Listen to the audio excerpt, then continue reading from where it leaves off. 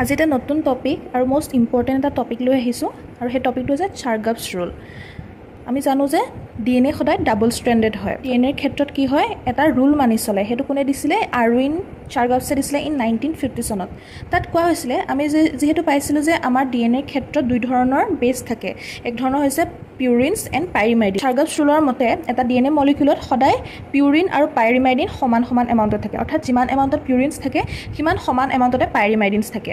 It is only applicable in case of double stranded DNA। গতিকে আমি জানো যে পিউৰিনছ হৈছে A আৰু G অৰ্থাৎ এডিনাইন আৰু গুৱানাইন, আৰু পাইৰিমাইডিনছ হৈছে C আৰু T অৰ্থাৎ চাইট'চিন আৰু থাইমিন। গতিকে ইহঁতকেইটাৰ এমাউণ্ট সদায় সমান থাকে। আৰু এটা কথা কৈছিলে যে A সদায় Tৰ সমান থাকে, অৰ্থাৎ এডিনাইনৰ এমাউণ্ট থাইমিনৰ এমাউণ্টৰ লগত সমান থাকে আৰু গুৱানাইনৰ এমাউণ্ট সদায় চাইট'চিনৰ লগত সমান থাকে। আৰু এটা কথা, যোনটো ৰেচিঅ' এডিনাইন এইটো পিউৰিনছ আৰু পাইৰিমাইডিনছৰ যোনটো ৰেচিঅ', এই ৰেচিঅ'টো সদায় কনষ্টেণ্ট থাকে ফৰ এ ছিংগল স্পিচিছ। গতিকে এইটো হৈছে চাৰ্গাপছ।